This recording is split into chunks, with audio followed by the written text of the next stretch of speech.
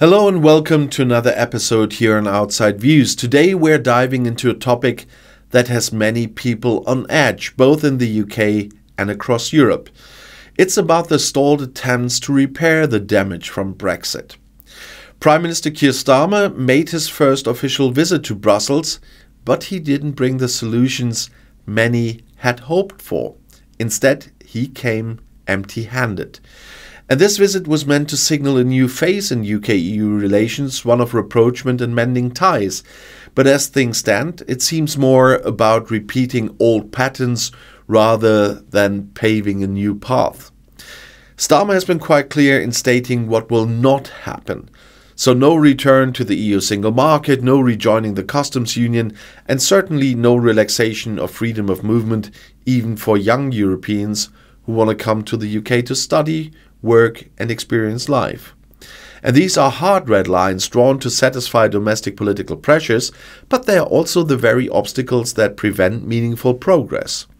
The idea of repairing relations with the EU is clashing head-on with the reality of these self-imposed restrictions. It will get worse before it gets better. That's the bleak message Starmer has delivered to his fellow Britons. And it seems this sentiment applies not just to domestic issues, but also to the UK's relationship with Europe. The British government, under Labour's leadership, has so far focused on what won't be done. There won't be a return to the single market. There won't be any participation in the customs union, as I said. And there won't be any easing of movement for young Europeans who simply want the opportunity to live, work or study in the UK. And these red lines leave little to no room for meaningful improvements to the most significant issues left behind by Brexit. And take youth mobility as an example. The EU has proposed easing visa requirements for young Europeans and Britons alike, so they can work and study across Europe for up to 4 years. And this would be a significant step forward, a gesture of goodwill and practical cooperation. But so far, there has been no movement on the UK side. EU Commission President Ursula von der Leyen has even suggested that the UK rejoin the Erasmus student exchange program. And for many British universities, this would be a lifeline. I talked about this yesterday. They've suffered financially due to the significant drop in EU students since Brexit.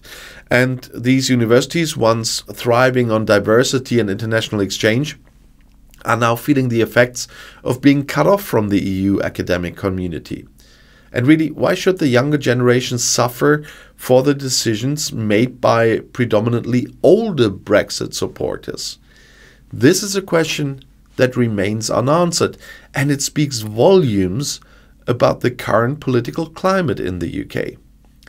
Starmer, despite his absolute majority in Parliament, seems unwilling to risk political capital on this issue. Youth mobility has been caught up in the politically charged debate over immigration, a debate that has become so heated that even practical and mutually beneficial proposals are dead on arrival. And the frustration doesn't end there. The same goes for economic relations between the UK and the EU. Starmer's proposed veterinary agreement might ease trade in agricultural products, but this is just a drop in the ocean compared to the challenges at hand. The real issues lie in the trade of industrial goods and services. Brexit has created significant barriers that cannot be fixed by small tweaks like a veterinary deal. At best, there could be some agreements on aligning safety standards, such as those for chemical products. But these measures are far from enough to repair the overall damage. And then there's the looming prospect of new disputes. Fishing rights and energy trade, two sensitive areas that need to be renegotiated by mid-2026. Both sides are already preparing for tough negotiations, staking out their positions in anticipation of the coming talks. And it's a situation that could easily escalate if mishandled, leading to yet another prolonged and exhausting disagreement. Starmer faces a difficult balancing act. He has to manage the practical need for closer ties with the EU while also addressing domestic political realities.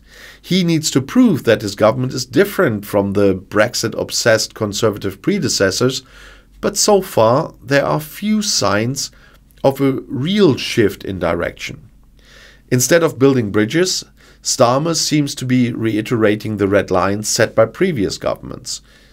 It's a cautious approach, possibly intended to avoid upsetting voters who still view the EU with suspicion. But it also means that the UK risks missing a real opportunity to reset relations with Europe. The frustration in Brussels is becoming increasingly evident. There is a palpable sense of déjà vu, another British leader arriving without significant concessions, yet still expecting progress. The EU has made some overtures showing that they are willing to work on practical arrangements to improve the current situation. However, without meaningful engagement from the UK side, these gestures can only go so far. And the economic impact of Brexit on the UK has been severe.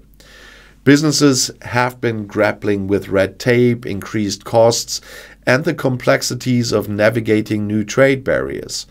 And the proposed veterinary agreement would only address a very specific part of this problem, that's agricultural trade. But the majority of issues lie within industrial trade and services, where Brexit has created new cumbersome processes that businesses have to deal with every day. Many hoped that with Starmer's government there would be a shift towards more pragmatic relations with the EU. Yet, what we are seeing really is a reiteration of limits rather than a genuine attempt to explore new opportunities. Youth mobility remains restricted, as I said, businesses still face barriers, and the overall message seems to be one of hesitation and caution. And let's not forget the looming negotiations over fisheries and energies I mentioned. These areas could easily become new flashpoints if both sides remain entrenched. For many in the UK and the EU, the promise of repairing Brexit seems increasingly hollow. If Starmer truly wants to be different from his predecessors, he needs to show more courage.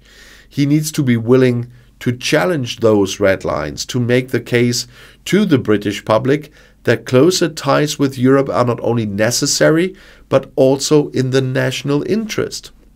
And this means being open to discussions about freedom of movement, about rejoining programs like Erasmus, and about finding practical solutions that benefit both sides. Otherwise, all we are left with are empty visits and empty promises. The damage from Brexit is real, and the longer the issues are left unaddressed, the harder it will be to fix them. The UK is at a crossroads. It can continue down the path of isolation, maintaining the barriers and limits set by the Brexit vote. Or it can take a bold step towards reconciliation and cooperation. This would require challenging the narratives that have dominated British politics for years, but it's the only way to truly repair the damage. For now, it seems we are still waiting for that moment of bold leadership. Starmer has the political capital. He has an absolute majority. But political capital means little if it isn't used to make meaningful changes. The British people deserve more than empty rhetoric. They deserve real solutions that will improve their lives, open up opportunities for the young, and rebuild the bridges that have been burned. So thank you for watching, and I would love to hear your thoughts on this. Do you think Starmer can rise to the challenge and deliver a new relationship with Europe, or are we destined to see more of the same? So leave your comments below, and I'm quite curious what there will be. And as always, don't forget to like, subscribe, and hit that notification bell so you don't miss any future videos. See you next time, and the next video is right here in the end screen.